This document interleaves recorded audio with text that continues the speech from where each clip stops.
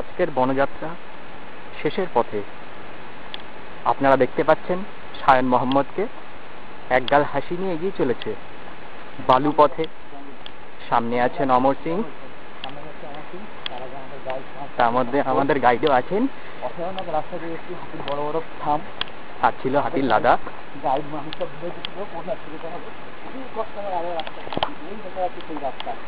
দেখতেই পাচ্ছেন গভীর অরণ্য, চারিদিকে বিস্তৃত এক পরিবেশ।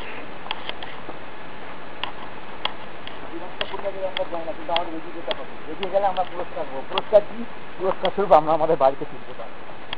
আমাদের ঠিকানা এখন জানি আমরা কোথায় যাচ্ছি, কিন্তু আমরা জানি আমাদের কোথাও না কোথাও নিয়ে যাবে। কথা বলতে বলছি এই কারণে, কারণ এখানে গণেশ বাবারা আছেন। চারদিকে বন, কোথায় যাচ্ছি এই রাস্তা, এই রাস্তা যাচ্ছি।